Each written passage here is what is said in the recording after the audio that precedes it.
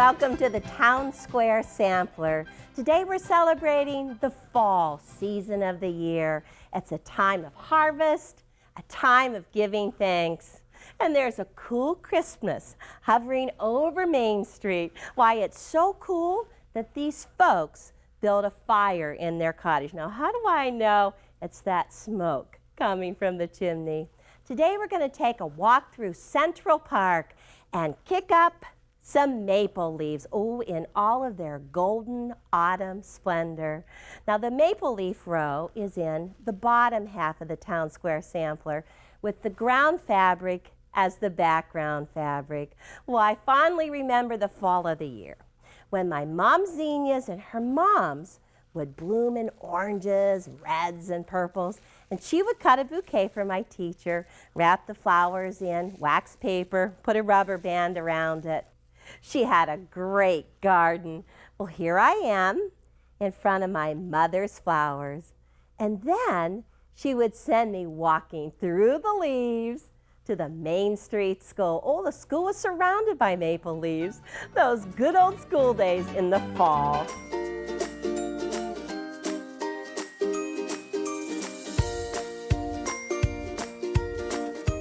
Well, what season did you decide to make your Town Square Sampler in? Now, if you decided on the spring, this is the spring quilt, think about the maple leaves as those wonderful street trees, and they'd have all of that full shade in the leaves. And you can see it's in the ground right here. Now, when you actually make the block, you would have the green as the ground, and then you could use all one fabric as the dark green, even as the stem. To make the points right here, you take 6-inch squares of the ground and the dark green and put them right sides together. Well, that's the spring. How about the winter? Ooh, I hope there's snow on the ground.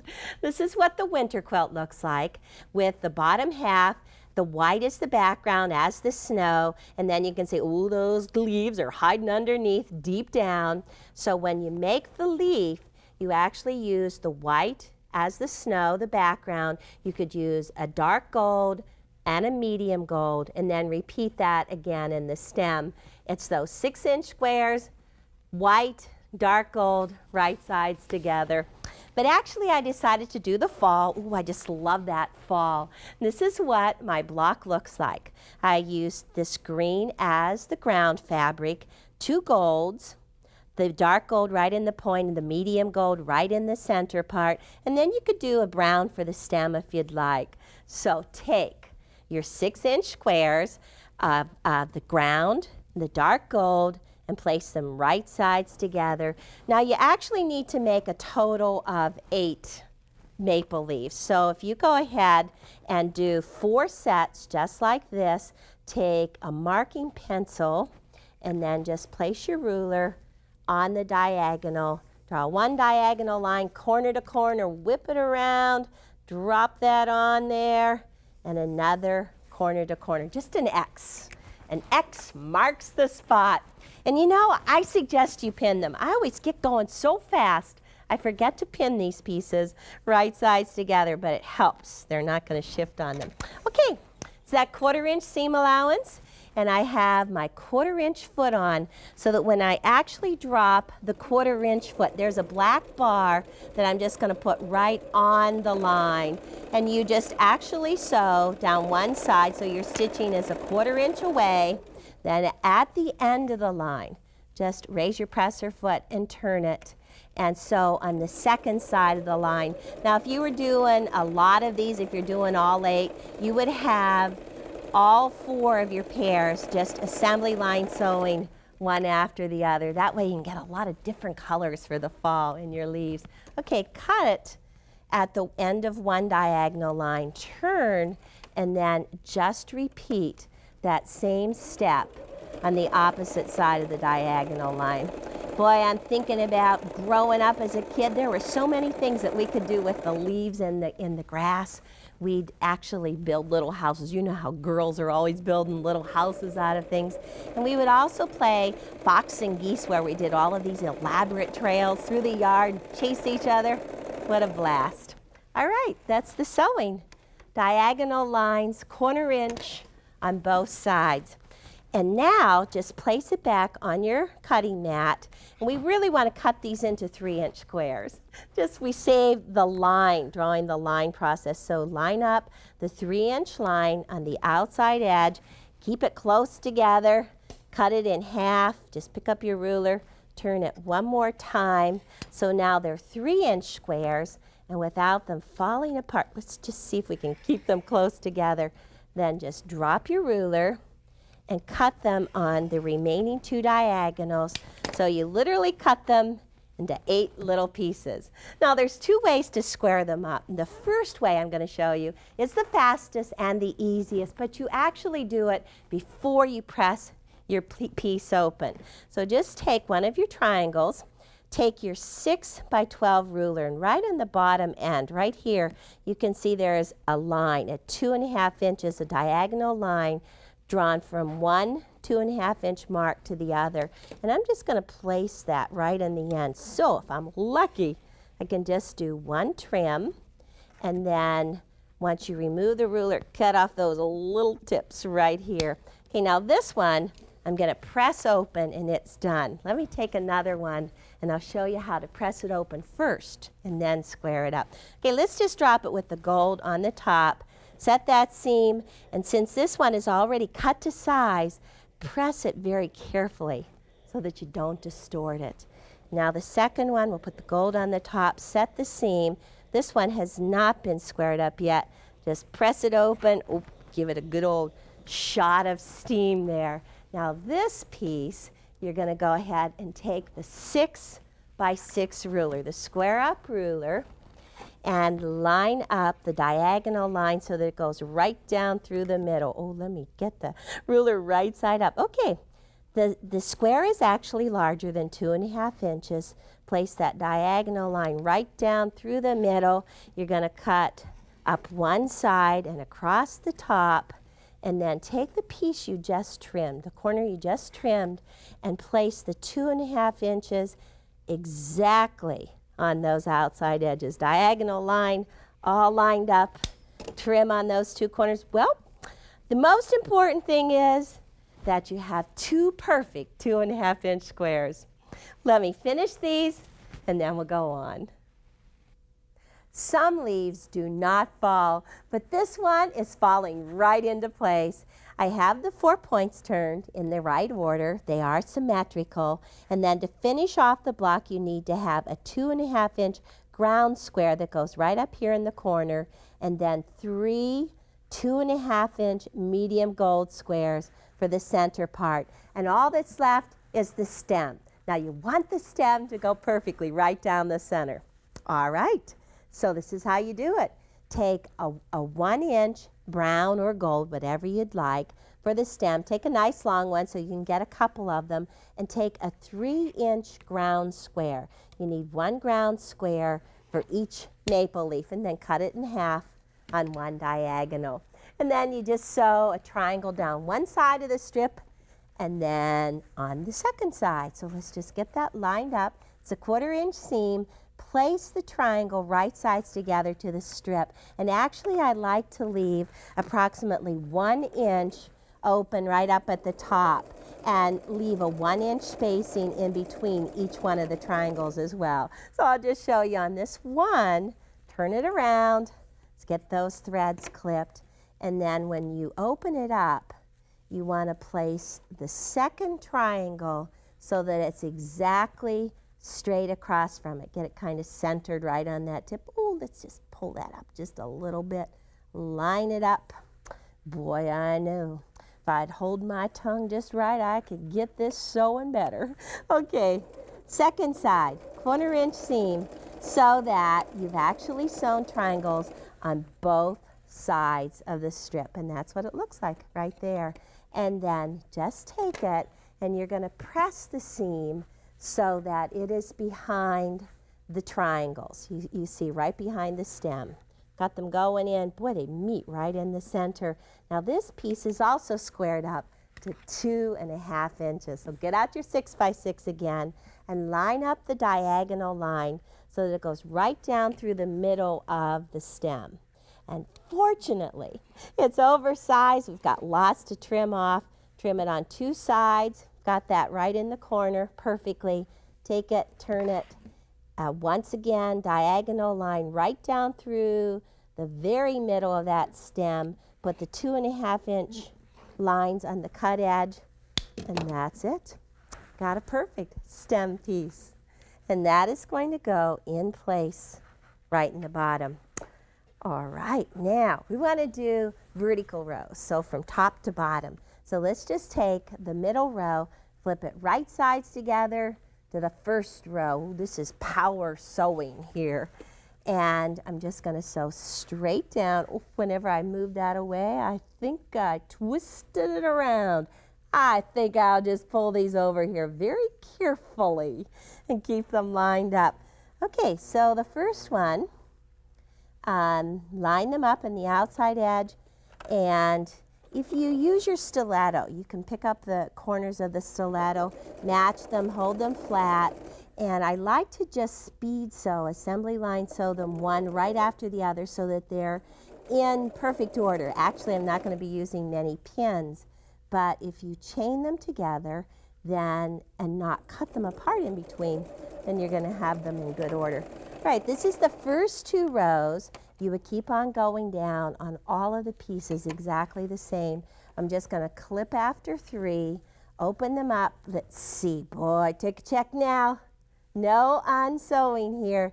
Make sure they're in good order.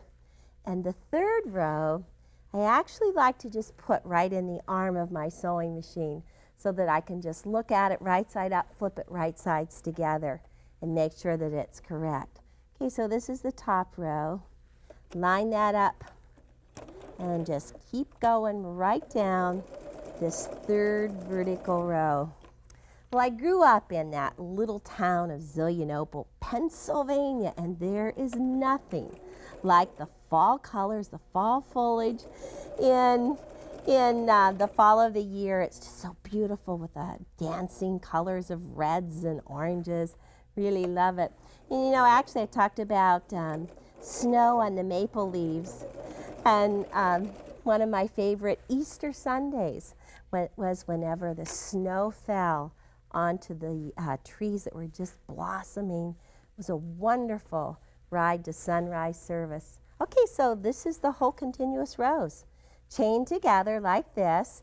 Now all I want to do is just turn it so that the stem is down in the bottom right corner facing me. I'm going to take this row and flip it right sides together, and so that these lock in place right at these seams, I'm going to push the top seam up and the bottom seam down. Top seam up, bottom seam down. And when you do that, then you can see how that stem lays nice and flat there. And if you just line up the pieces underneath and just sew top to bottom right here, use your stiletto and hold that seam flat. It's all exactly planned. It's planned so that everything will match. You can line that up right along there, hold it flat, pick up those corners, get it all lined up. Now I like to actually keep the row that I just sewed on the top so I don't get those seams twisted. So if I open this up and lay it like this, follow along here, I can see that these seams are going down. So when I flip the second row, this next row, these pieces will go the opposite direction, going up. So let's see. I want to take a peek on the right side. See how my matches are going. Hold on to those stitches. Use your stiletto to hold the seams flat. Do them whichever direction you need to keep them going. Here, going across this way. And I get to take a look. See how they're going.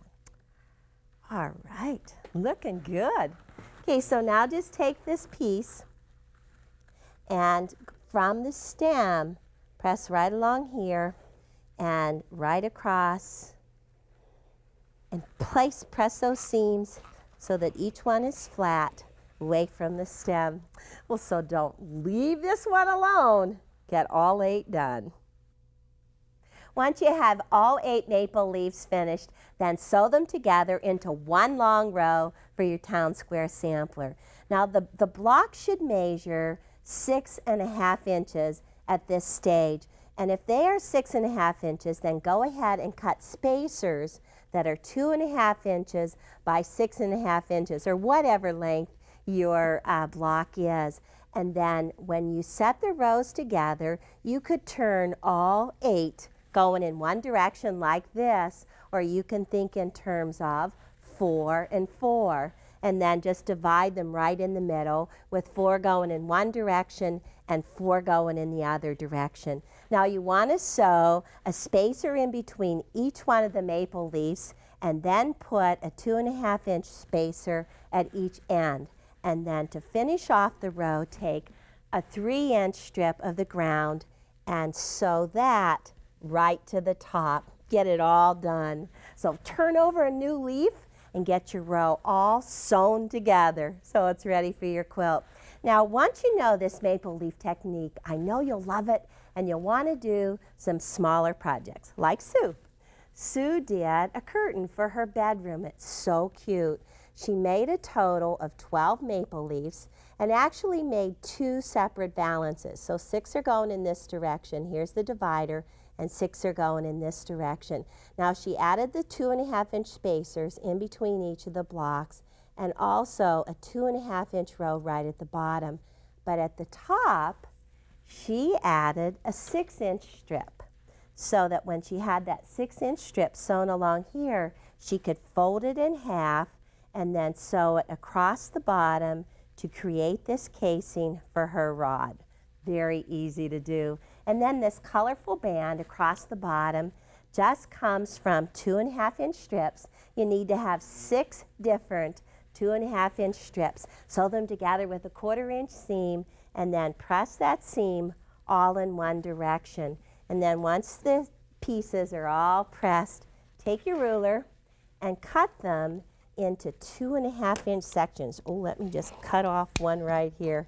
And then you can just sew these sections end to end to end, and then put that right across the bottom of the curtain. It looks so great. Well, I love these pumpkin colored fabrics. When I think about maple leaves, I think about pumpkins. And so I'd like you to come to the small town of Valley Center, California, because there's a place there called the Bates Nut Farm, full of a pumpkin patch.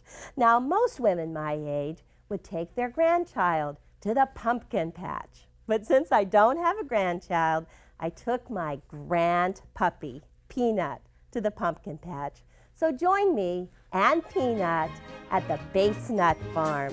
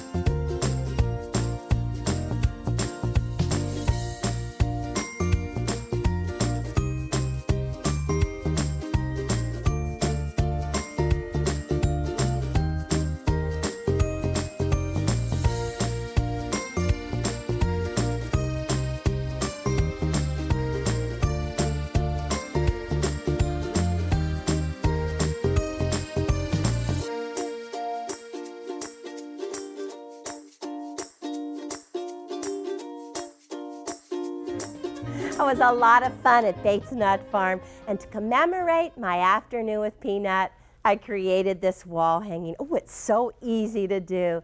There's 5 separate rows in it, a total of 12 maple leaves. Now you can do 6 in one color variation and 6 in another. And then there's a total of 6 pumpkins, 2 rows, easy to do. If you'd like to make the whole wall hanging a little bit shorter, you could just do 3 rows, 2 maple leaves, and 1 pumpkin right through the center. Now, how do you want to turn your maple leaves? It's up to you. You can turn them in any direction you want, but at least use spacers in between. These are 1.5 inch by 6.5 inch spacers in between each one of the blocks, and then spacers at the end. And to divide the rows, I use 3-inch strips, one at the top and then one in between each one of the rows. Well, the pumpkins are so easy. They come from rectangles. They are rectangles that are 5.5 by 7 inches. And I did the snowball technique. These are just 2-inch squares. I drew diagonal lines on, and then I just stitched on the line. Just went right around there, quick as could be. And then you trim 1/4 inch away and fold that corner out. So when you've trimmed and you have them all pressed out, you've got that shape. Easy. Now, the top of the pumpkin is just a touch of applique. I designed the template. This is what the top looks like. Made it out of template plastic, and then I paired up light to medium weight, non-woven fusible interfacing. This is the fusible side. It's next to the right side of the green fabric.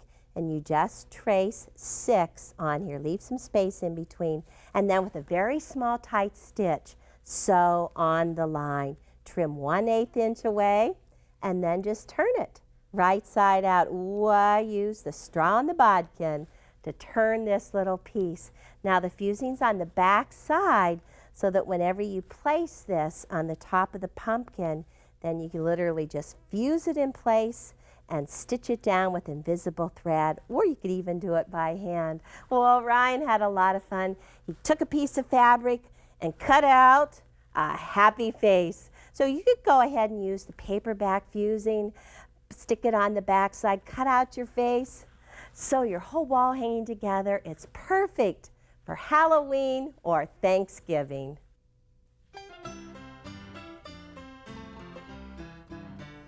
My sister Patty made this table runner from 4 maple leaves. It is so festive. Well, we're going from maple leaves to the pumpkin patch to some unique orange quilts collected by my friend Sue Bouchard. Now, Ruby McKim called this one orange peel, and it looks like peeled oranges. It's also called Rob Peter to pay Paul. Now, peel it over, and the back says 1940s. Oh, and the quilt maker did such fine quilting with orange matching thread. It's just great. Now, here's another true orange quilt from the 1930s. And this one was called Hands All Around by Carly Sexton. And the Kansas City Star referred to it as an old-fashioned star quilt. Well, the blue large-scale print is very typical of the 1930s. And Sue had this one machine quilted. Now, this is one of her oldest tops from the 1860s to the 1880s. It's a 4-patch made of triangle piece squares, and the quilt maker used the orange color referred to as cheddar or butterscotch. Nice names. Plus, there's many indigo blue pieces with her cheddar. Oh, and she also had touches of red for sparkle. She's got stripes and checks and shirting. Just such a fine labor of love. Now, this stunning chain is also from the 1860s as well. Now, the blocks are 4 patches sewn together into 9-patch blocks.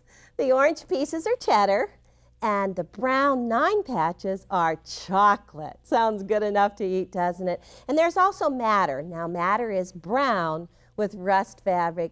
Again, it's a wonderful collection of scraps and checks and paisleys and shirting. Now, orange was also referred to as chrome orange. Well, this quilt has an interesting story. It was made around 1860 near Warsaw, Illinois. Now, the quilt maker made it for her husband, who went to battle in the Civil War. He was killed near their home. She finished the quilt after his death. In the solid blocks, she did some red work, or which is stitching with red thread. In this block, she wrote, God, heavens, earth, air, water, life. That about sums it up. Well, she did this part by hand, and then she went on to stitch other Bible stories, by machine. It's wonderful work. Now, can you imagine machine work over 100 years ago? So let's sum up today. It was fun. Air, water, life, fabric, and quilting. Enjoy.